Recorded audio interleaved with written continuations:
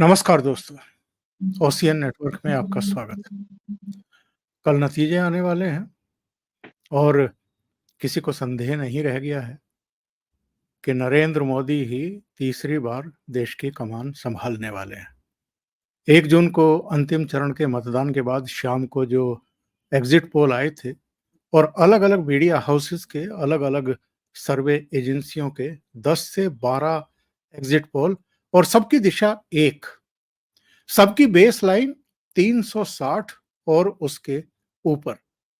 यह पहली बार हो रहा है कि किसी भी एग्जिट पोल में दूसरी दिशा की तरफ किसी ने देखा ही नहीं है और ये चीजें शो करती हैं कि सब कितने कॉन्फिडेंट हैं मोदी की वापसी को लेकर के।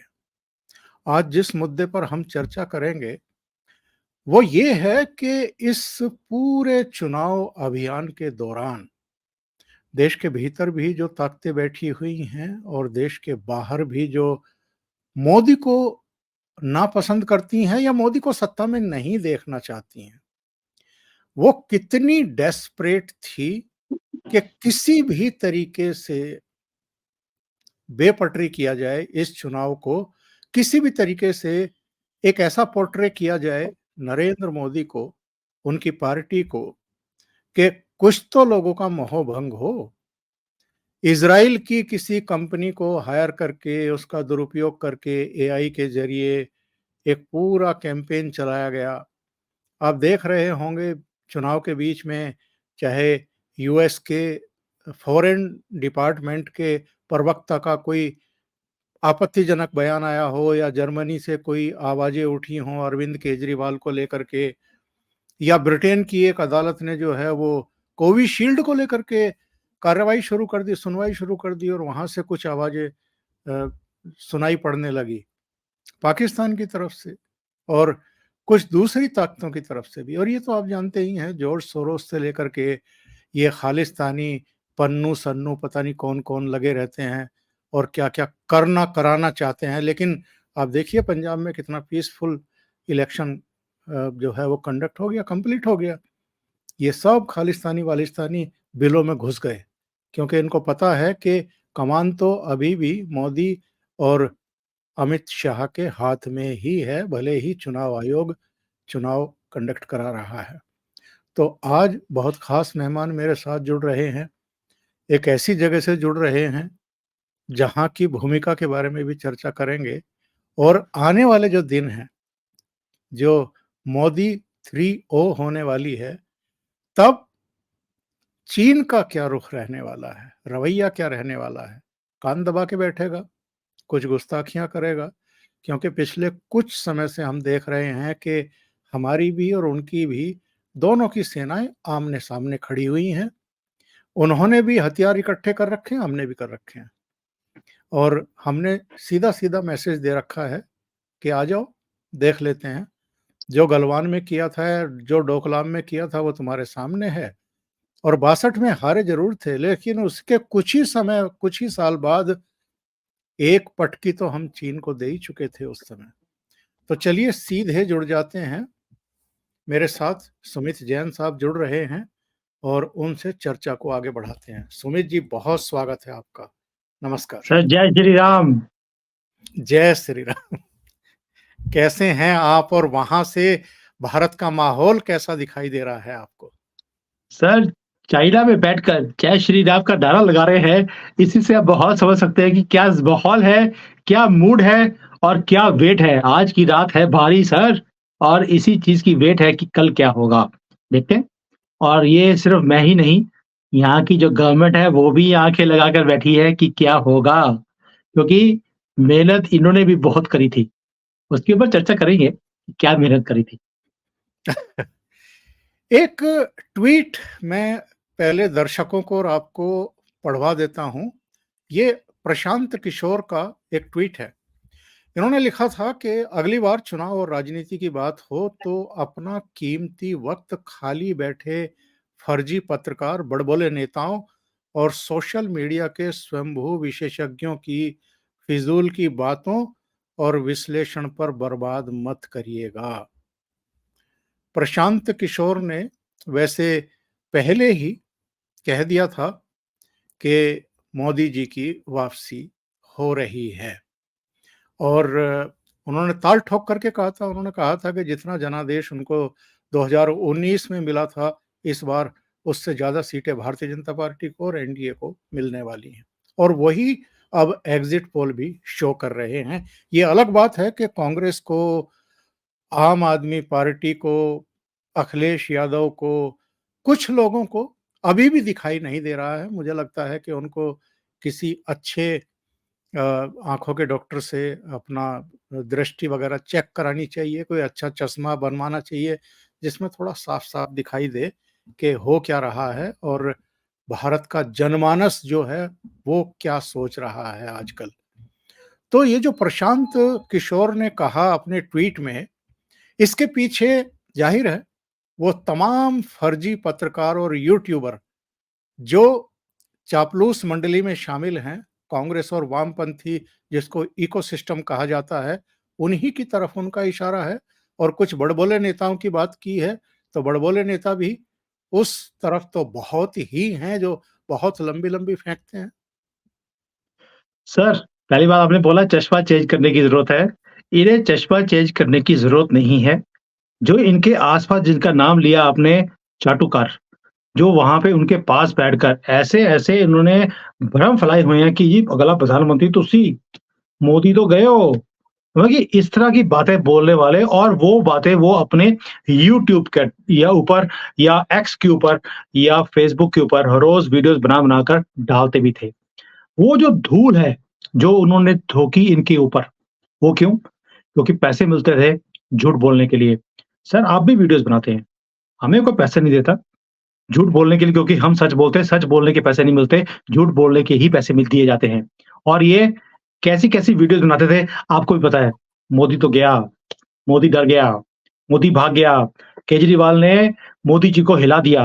मतलब कि ऐसी-ऐसी बातें जिसका ना सर है ना पैर है और राहुल गांधी को तो ऐसे दिखाते थे हर रोज़ आगे-पीछे उसके फिर-फिर कर कि जैसे कि अगला प्रधानमंत्री यही बनने वाला है। इन्होंने अपनी वीडियोज़ में राहुल गांधी को डिक्लेयर भी कर दिया था कि अगला प्रधानमंत्री वही बनने वाला है और ये बेशर्म लोग आज भी वही काम कर रहे हैं। आज भी, एक रात पहले भी ये अपनी उस लाइन से पीछे नहीं हटे हैं, अभी भी।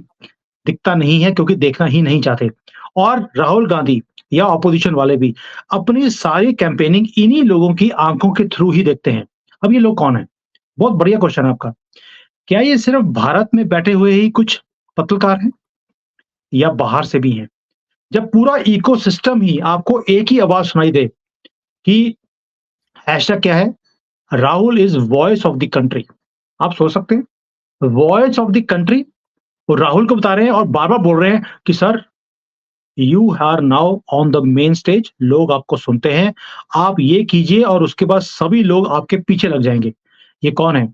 ये वो पेड एक्टर्स हैं, जो बाहर की कंट्रीज़ में भी रेजीम चेंज करने में माहिर हैं। वो उनके साथ इन्होंने जोड़ दिया अपने मीडिया वालों को, उसके साथ जोड़ दिया यूट्यूबर्स को, उसके साथ जोड़ दिया सोशल मीडिया के इन्फ्लुएंसर्स को। ये सारा इकोसिस्टम जब आपको हर रोज़ बैठकर एक ही बात बोलता है, इसीलिए गफ़लत में रहे सारा टाइम कि हमारे पास एक ऐसा ट्रम्प कार्ड आपको याद होगा, राहुल गांधी की स्टेटमेंट थी, हमारे पास एक ऐसा ट्रम्प कार्ड है कि मोदी के पास उसका कोई तोड़ ही नहीं है, क्योंकि मोदी जी उसके मुँह से नहीं निकलता, मोदी निकलता है, मोदी तू तो गया। यानी कि तू तड़ाक की लैंग्वेज ये तभी आती है जब आपको लगे कि मेरे पास ऐसे कार्ड्स हैं। कार्ड कौन थे? ये लोग जिनके पास मिलियंस ऑफ फॉलोअर्स हैं और जिनकी वीडियोज़ 1-1 घंटे में मिलियंस ऑफ व्यूज़ मिलते हैं। क्योंकि जिसको खुश करने के लिए ये वीडियोज़ बनाई जाती हैं, वही लोग जो आजकल बैंगलोर के बैंकों के बाहर खड़े हैं लाइनें लगाकर कि मोदी ये अपना राहुल गांधी आ रहे हैं और अगले महीने से खटाखट 8500 रुपए हमारे खाते में मिलने शुरू हो जाएँगे। प्रशांत किशोर इन्हीं लोगों की बात बोल रहे हैं। वो सिर्फ ये कुछ पत्रकारों की बात ही नहीं है, ये पूरे इकोसिस्टम की बात है, जिसके बारे में उन्होंने बोला है कि अपना टाइम इनके ऊपर वेस्ट मत कीजिए। सर आपने ओपनिंग कमेंट में एक चीज़ बोली थी कि मुझे पूरा विश्वास था शुरू से, प्रशांत किशोर ने भी वही बोला जो हम सोच रहे थे। लेकिन आप देखिए हम सारा टाइम लोगों को जगाने में हमने टाइम बिताया है कि आप जागिए, जाकर वोट कीजिए। ये बहुत इम्पोर्टेंट इलेक्शंस है, हमारी ज़िंदगी के, हमारे देश के लिए, इसकी तरक्की के लिए। और ये लोग देखिए, ये एक ही काम करते रहे, मोदी डिक्टेटर है, मोदी तो गया, Modi is not the right person for this country. और ऐसा भ्रम क्रिएट करने की कोशिश करी ताकि लोग वोटिंग करने ही नहीं जाएँ, कि बाहर गर्मी बड़ी है, खतरा बहुत है। इनका जो सारा था, वो था नेगेटिविटी के ऊपर। Base of their campaigning was negativity.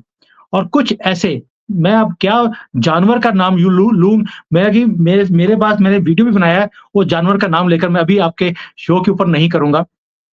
जिन्होंने इवन कि यहाँ तक आ गए हैं कि ममता बानो को क्लीन चिट दे दिया है, संदेश खली को भी क्लीन चिट दे दिया कि ये तो बीजेपी का कैंपेनिंग एक वो था, वहाँ पे कुछ हुआ ही नहीं है। ये हालत है इन लोगों की। और ये सारा ये एक इंसिडेंट बता रहा हूँ, पूरे कैंपेनिंग में इन्होंने यही काम किया है, भ्रम फैलाना और राहुल गांधी को यूट्यूब के ऊपर प्रधानमंत्री बनाना। मैं ओंकार जी आखिर में एक चीज़ और बताता हूँ आपको, कुछ लोग हैं, मेरे दोस्त भी रहे हैं, 1 साल से मैं उनके साथ जुड़ा हुआ हूँ, मैंने सारा टाइम उनको मोदी, मोदी करते देखा है क्योंकि व्यूज़ मिलते थे। जैसे ही इलेक्शंस का टाइम आया, अनाउंसमेंट हुई, उसके बाद पता नहीं पैसे मिल गए या दिल चेंज हो गया, सोल चेंज हो गई, आई डोंट नो। उन्होंने मोदी जी के खिलाफ बोलना शुरू कर दिया कि मोदी तो गया। राहुल गांधी ने इस देश के लिए बहुत काम किया है।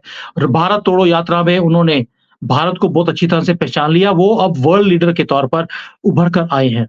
एंड आई वाज़ शॉक्ड कि ओवरनाइट इनकी स्टेटमेंट्स ऐसे चेंज कैसे हो सकती हैं। इसीलिए जो प्रशांत किशोर बोल रहे हैं कि अपना टाइम मत वेस्ट कीजिए, I really stand with them, क्योंकि मैंने लोगों को अपने रंग बदलते देखा है इस इलेक्शन में। बिल्कुल सही कह रहे हैं। जो प्रोपेगेंडा वहाँ से संचालित होता है, गाइड किया जाता है कि इस एजेंडे को आगे बढ़ाओ, उसी पर ये लोग नृत्य करना शुरू कर देते हैं। कल से एक और प्रोपेगेंडा इन्होंने शुरू किया। जयराम रमेश ने एक ट्वीट किया और इस ट्वीट में कहा कि निवर्तमान गृह मंत्री, निवर्तमान प्रधानमंत्री बोलते हैं नरेंद्र मोदी को बेशर्मी के साथ। अभी पद पर हैं वो और शपथ भी वही लेने वाले हैं, लेकिन इनके फ्रस्ट्रेशन का स्तर देखिए। इन्होंने लिखा, निवर्तमान गृह मंत्री आज सुबह से जिला कलेक्टर्स से फोन पर बात कर रहे हैं। अब तक 150 अफसरों से बात हो चुकी है। अफसरों को इस तरह से खुल्लम खुल्ला धमकाने की कोशिश निहायत ही शर्मनाक और अस्वीकार्य है। याद रखिए कि लोकतंत्र जनादेश से चलता है, धमकियों से नहीं। 4 जून को जनादेश के अनुसार श्री नरेंद्र मोदी, श्री अमित शाह और भाजपा सत्ता से बाहर होंगे और इंडिया जनबंधन विजयी होगा। अफसरों को किसी प्रकार के दबाव में नहीं आना चाहिए, वह संविधान की रक्षा करनी चाहिए। वे निगरानी में हैं। किसकी निगरानी में हैं? क्या ये अफसरों को धमकाने की कोशिश कर रहे हैं कि हमारी निगरानी में हैं आप लोग, कोई गड़बड़ नहीं करिएगा? आज मुख्य चुनाव आयुक्त ने सुमित जी इसका जवाब दिया है और बहुत रोचक अंदाज में दिया है, वो भी सुन लेते हैं। ना 1 करोड़ वोटर बनाते, तो ईवी कभी कभी वोटर लिस्ट खराब है, कभी ईवीएम खराब है, कभी ये खराब है, कभी काउंटिंग में एआरओ की टेबल पे आदमी नहीं है, 150 डीएम से बात कर ली। What is this happening in the country? ये फेक नैरेटिव है जो चल रहा है। हम इसको समझने में पूरी तरीके से फेल किए, ये हम एडमिट करते हैं। ये जो नैरेटिव बनाने की कोशिश की जाती है, मतलब अब चुनाव नतीजे आने वाले हैं भाई, कल सबके सामने होंगे और तुम्हारे मुंह पे कालिख पुतने वाली है। ये अलग बात है कि तुम फिर ईवीएम ईवीएम रोना शुरू कर दोगे, जबकि सुप्रीम कोर्ट ने अल्टीमेटली कह दिया कि ईवीएम से छेड़छाड़ हो ही नहीं सकती है। फिर भी आज दिग्विजय सिंह बड़ी बेशर्मी के साथ बाइट दे रहे थे। वो कह रहे थे कि अगर बीजेपी की 300 से ऊपर सीटें आती हैं, इसका मतलब ये है कि वो ईवीएम की वजह से आ रही हैं, पब्लिक की वजह से नहीं आ रही। और हमारी अगर 295 आ रही हैं तो वो ईवीएम की वजह से आ रही है। सुमित जी ये समझाइए, जब हिमाचल में इसी ईवीएम से सरकार चुनी जाती है तो ईवीएम ठीक, तेलंगाना में चुनी जाती है ईवीएम ठीक, कर्नाटक में चुनी जाती है ईवीएम ठीक, ममता बनर्जी पश्चिम बंगाल में बनती हैं इसी ईवीएम से तो वो ठीक है। लेकिन अगर राजस्थान में, मध्य प्रदेश में, छत्तीसगढ़ में भारतीय जनता पार्टी आ जाती है, ईवीएम का खेल। अगर नरेंद्र मोदी चुने जाते हैं देश के प्रधानमंत्री, ईवीएम से छेड़छाड़। ये क्या बदतमीजी है? सर, आपने बचपन से एक कहावत सुनी होगी, पप्पू फेल हो गया। और जब पप्पू से पूछते थे कि बेटा तू फेल कैसे हो गया, तो कहता था आउट ऑफ सिलेबस क्वेश्चन आ गया है।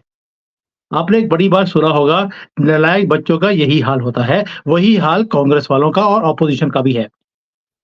जवाब देने के लिए कुछ है नहीं, उल्टी-सीधी ट्वीट्स इनकी तरफ से आ रही हैं और इनकी फ्रस्ट्रेशन इस लेवल तक है। जब ये इन्होंने बोला अमित शाह एंड मोदी जी के लिए, ये तो आउटगोइंग होम मिनिस्टर एंड प्रधानमंत्री हैं। मैं ये पूछना चाहता हूँ कि इन्होंने बोला कि अधिकारियों को धमकाया जा रहा है, जबकि बात सिर्फ इतनी थी कि ये लोग आग लगाने की बात कर रहे हैं पूरे देश में, ईवीएम्स को तोड़ने की बात करते हैं, हम जनतंत्र की बात करते हैं, ये जिसको बोलते हैं कि भीड़ तंत्र की बात करते हैं कि भीड़ में जाएँगे और आग लगा देंगे पूरे भारत में, जहाँ-जहाँ बीजेपी जीत रही है। ये जहाँ पर बीजेपी जीत नहीं रही, वहाँ नहीं कर रहे, जहाँ पे जीत रही है, वहाँ पे करने की ये पूरी कोशिश है। इन्होंने अपने कार्यकर्ताओं को ट्रेनिंग तक दे दी इन चीज़ों के लिए।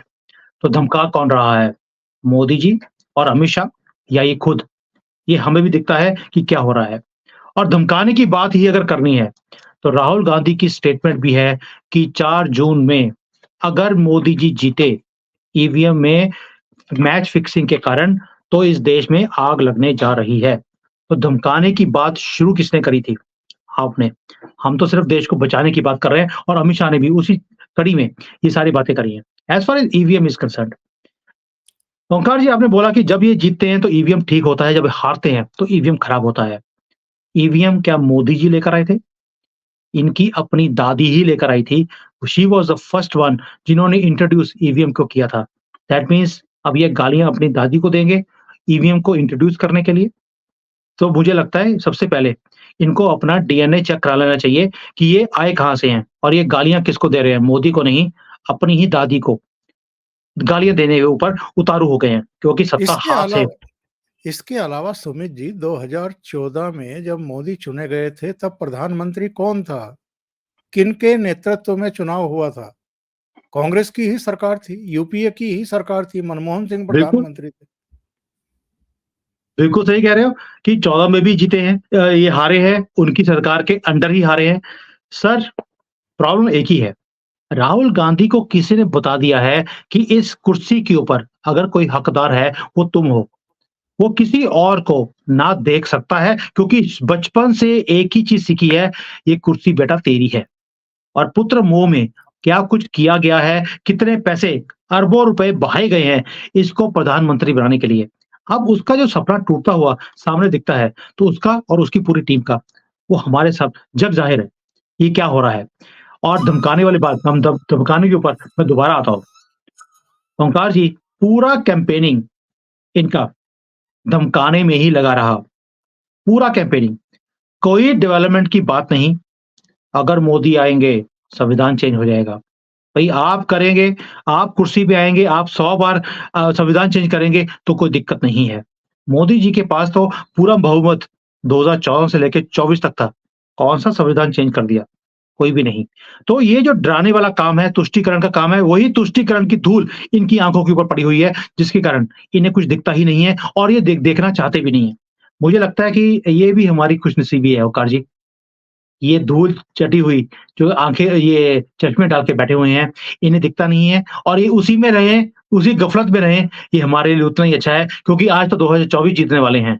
इसके बाद 29 भी जीतेंगे और 34 भी जीतेंगे और ऐसा ही देश की तरक्की हम देखते रहेंगे। मैं आपको एक चीज़ बताता हूँ, मैं दुश्मन कंट्री में बैठा हूँ, आप तो फिर भी अपने देश में बैठे हैं। आपको चीज़ें डिफरेंटली दिखती हैं। जब आप दुश्मन कंट्री में बैठते हैं तो आपको पता लगता है कि भई यहाँ पर माहौल क्या है और भई दुश्मन कंट्री का हाल ये है कि वो बेहाल है, कि मोदी आ रहे हैं, 2 बार ऑलरेडी धूल चटा चुके हैं इनको, नाक में से खून निकाला था बॉर्डर के ऊपर और अभी तक वो खून सूखा नहीं है, इतनी बुरी तरह से मारा गया है। पाकिस्तान का ये हाल है कि उन्होंने घबराकर ये बोल दिया कि पीओके तो फॉरेन कंट्री, फॉरेन लैंड है। आप घबराहट का हाल देखिए, आलम देखिए कि चीन घबराया हुआ है, हमारे बॉर्डर पर घबराहट में प्लेन तक खड़े कर दिए हैं उन्होंने हमारे नॉर्थ के बॉर्डर के ऊपर। और पाकिस्तान ने पीओके को, जिसके ऊपर 75 साल से लड़ाई कर रहे हैं हमारे साथ, उसको फॉरेन कंट्री बता दिया है, फॉरेन लैंड बता दिया। इसको बोलते हैं दबदबा, इसको बोलते हैं घबराहट। और ये घबराहट सिर्फ हमारी ऑपोजिशन के अंदर नहीं है, ये लिब्रांडो के अंदर नहीं है, ये फर्जी यूट्यूबर्स जो धक्के मारकर अपने चैनलों से बाहर निकाले गए थे, आज ये ऐसे भ्रम फैलाने वाली वीडियोज़ बनाते हैं। ये इन्हीं को घबराहट नहीं है, घबराहट हमारे दुश्मनों को भी है। और ये डर बहुत अच्छा है, मोदी जी हमेशा बोलते हैं, ये डर अच्छा है। मैं चाहता हूँ ये डर बढ़ता रहे, ये कम ना हो। एक बाइट सुनते हैं प्रधानमंत्री नरेंद्र मोदी की नाविका के साथ बातचीत में उन्होंने क्या कहा था। जो तीव्रता है, इसकी उम्र 4 जून तक है। 4 जून के बाद न उनकी हैसियत होगी, न उनका हौसला होगा। सिर्फ और सिर्फ मेरे देश की ताकत होगी, मेरे देश का सामर्थ्य होगा, मेरे देश के लोकतंत्र का सामर्थ्य होगा, मेरे देश के 140 करोड़ नागरिकों का सामर्थ्य होगा। और दुनिया भारत के लोकतांत्रिक सामर्थ्य को नए सिरे से देखना शुरू करेगी। बहुत स्पष्ट शब्दों में इन सबको संकेत दिए हैं मोदी जी ने। सर, आप देखिए कैंपेनिंग जो थी 3-4 महीने की, वैसे तो 3-4 महीने का कैंपेनिंग यहाँ थी, लेकिन कैंपेनिंग फॉरेन कंट्रीज़ में बहुत पहले शुरू हो गई थी। वहाँ पर ऐसी-ऐसी टूल किट्स, पहले तो हमारे ही यहाँ के नौजवान जो नेता हैं, वो जा-जाकर बोलते थे कि भई आप टूल किट्स क्रिएट कीजिए, इंटरफेयर कीजिए, इनकी सरकार को गिरा दीजिए, हमें ले आइए और हमारे से जो करवाना है करवा दीजिए, ये मैं क्यों बोल रहा हूँ। इन्होंने वहाँ जाकर ये भी बोला था कि भारत की जो गवर्नमेंट है, प्रेज़ेंट मोदी गवर्नमेंट, ये बहुत ज़्यादा इगोइस्टिक हो गई है, किसी की बात सुनती नहीं है। आपने बोला था तेल मत खरीदो, ये तेल खरीदी जा रहे हैं। आपने बोला S-400 मत खरीदो, इन्होंने खरीद लिया। ये किसी की बात नहीं सुनते। हमें ले आइए, हम तो पहले भी सुनते रहे थे, आगे भी सुनते रहेंगे, आगे जाकर भी। तो एक तो ये टूल किट्स इन्होंने उनको बोला कि भैया आप हमारे कंट्री में इंटरफेयर कीजिए। उनकी तो हिस्ट्री ही है दूसरे कंट्रीज़ में इंटरफेयर करने की। कहाँ पर? जहाँ पर गवर्नमेंट इनकी बात, फॉरेन पावर्स की बात नहीं सुनते, वहाँ पर इंटरफेरेंस का इनका इतिहास है बहुत लंबा। और आपने 10 सालों में ओंकार जी एक चीज़ देखी होगी, मोदी बिल्कुल जी ने सही किसी की कह परवाह रहे नहीं हैं। करी, किसी की परवाह नहीं करी, एक ही काम किया, मुँह तोड़ जवाब दिया। और जयशंकर जी जिस तरह से जवाब देते थे, इन लोगों को बर्दाश्त ही नहीं था कि हमें हमारे मुँह के ऊपर, हमारे देश में आकर कोई इस तरह से जवाब दे। तो इसीलिए ये सारे टूल किट्स बनाए गए और मोदी जी ने उसी के ऊपर इशारा किया है।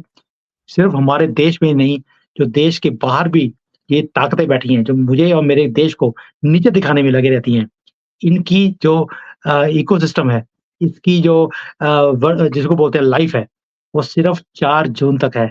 उसके बाद इनका वजूद खत्म हो जाएगा और इस बार मुझे पूरा विश्वास है, ये सारे के सारे लोग, ये या तो देश छोड़कर भागेंगे या ये चक्की पीसेंगे, जैसे एक नटवर लाल ऑलरेडी पहुँच चुका है।